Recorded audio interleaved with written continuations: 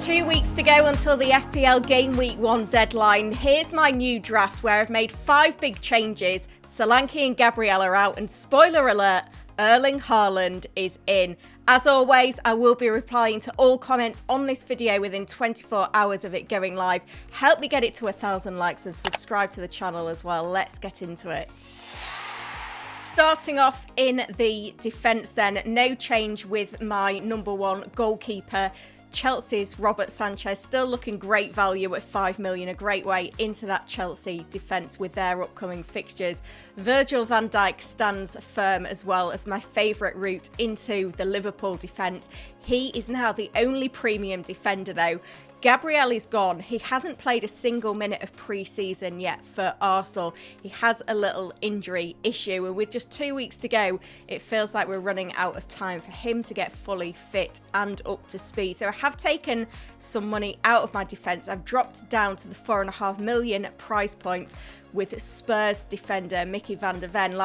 I would quite like Udogie in here, but I feel like he's less nailed. Again, has a little bit of an injury issue. Hasn't been involved in pre-season so far. That's why I'm leaning towards Van der Ven at the moment. Some great opening fixtures for Spurs, including Burnley at home in Game Week 1. Hopefully we see an upturn in their defensive form this season under Thomas Frank.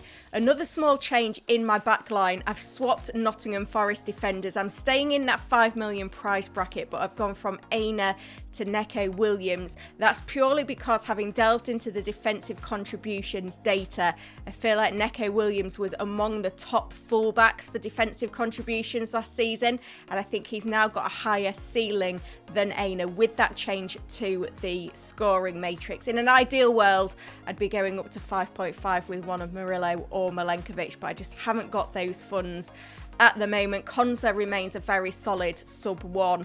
I have committed to a 4 million defender now in Burnley's Esteve. He's someone that rotates really well with Van der Ven, which is important when you're looking at these 4 million options. Remember, Spurs travel to Man City in Game Week 2. Probably don't want to play Van der Ven in that fixture, whereas Burnley entertain Sunderland. So a good fixture for him.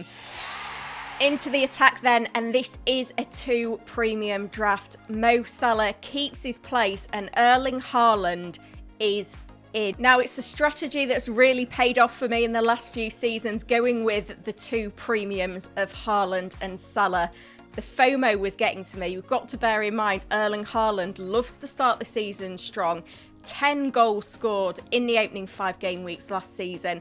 The only concern is that obviously City had a busy summer with the Club World Cup, and maybe he hasn't had that pre-season rest that he's been afforded the last couple of seasons. So we will be keeping an eye on his pre-season form ahead of the Game Week 1 deadline. But I'm quite pleased that I have been able to build a draft with Haaland in it. In my first draft, I had Marmoush in the midfield, but we know what Pep Roulette is like, and there's no guarantees that any of the City midfielders will be getting consistent minutes. We know Haaland starts and is absolutely nailed. So I do quite like the look of this draft. It's also allowed me to ditch Solanke, who again hasn't played any pre-season yet for Spurs.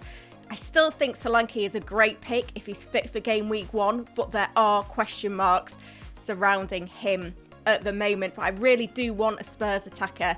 The experts really loved Mohamed in their first draft. Go back and check out the data from my 100 experts and their first drafts. That video was out last week. I am a little bit on the fence where it comes to Kudus because he only got 9 attacking returns last season. Hopefully his ceiling is higher in the Spurs attack than it was at West Ham, but they do have options in their attack. They've paid a lot of money for him, so I do imagine that he's going to start the season strongly. He's certainly been featuring in the pre-season friendlies, but he will need to improve on his performances in West Ham to keep his spot. So he comes in to the midfield instead of Marmoush. That saves me some funds, which have allowed me to afford Haaland. I have kept Chris Wood in my attack because I really like the Nottingham Forest striker. I really like Forest's fixtures, and I think he could make a strong start to the season. The compromise in the attack, no Cole Palmer, which is a big compromise, I'll admit. I do want Chelsea cover though, so I have gone with João Pedro, who is the most owned player in the game. I don't think he can cover Palmer, but I do think that João Pedro, as Chelsea's number 9, could have a very good season. We know that he is going to be a consistent starter in an advanced role. He made a great start at the Club World Cup. So the compromise here is that we're going with João Pedro over Palmer. There's no room for any Arsenal players. Obviously, I've ditched Gabriel. The other player that has made way in my draft to accompany João Pedro was Beto at Everton, who I said in my last video was a massive punt at 5.5 million. He's one of those players, if he doesn't start, you're stuck with him. There's very little places to go. So obviously he's a player that's on the way out. I could squeeze in an Everton attacker if I wanted to.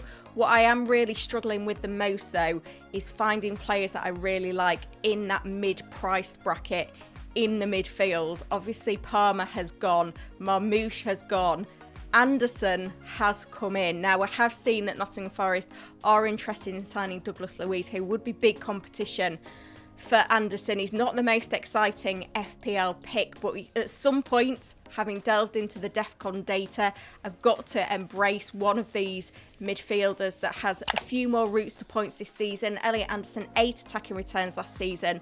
He was a consistent starter. Nottingham Forest have got good opening fixtures. It does feel like it could perhaps be a little bit too much to be doubled up on Forest attackers with Wood and Anderson, because they're not traditionally a high scoring team. So when I look at this draft, it is the midfield that I like the least. Obviously Morgan Rogers keeps his spot, doing very well in pre-season.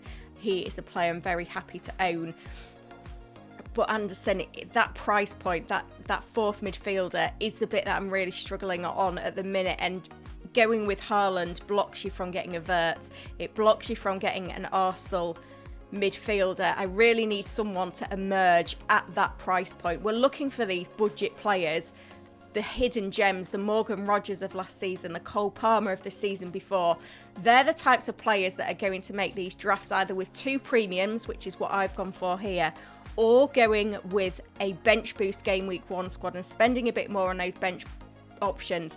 We need the budget players to make that viable. So obviously things can change in the next week depending on how pre-season friendlies go. They're getting more and more informative, but this is where I am at the moment.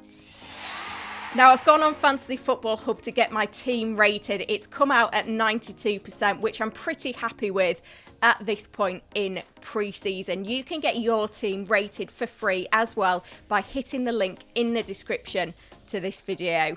Now, the interesting thing here, I've said it's the midfield that I like the least on this draft, and the AI agrees with me here. The recommended change to my draft is to change Kudus to Declan Rice, and that's an interesting one.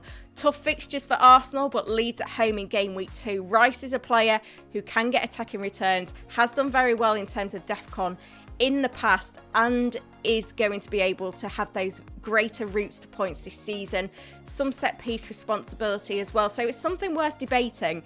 I know the midfield is a weak spot and it does need some work, but if you want to get your team rated for free and some recommended transfers to improve your draft for game week 1, or just to sense check it, go to Fantasy Football Hub using that link in the description below.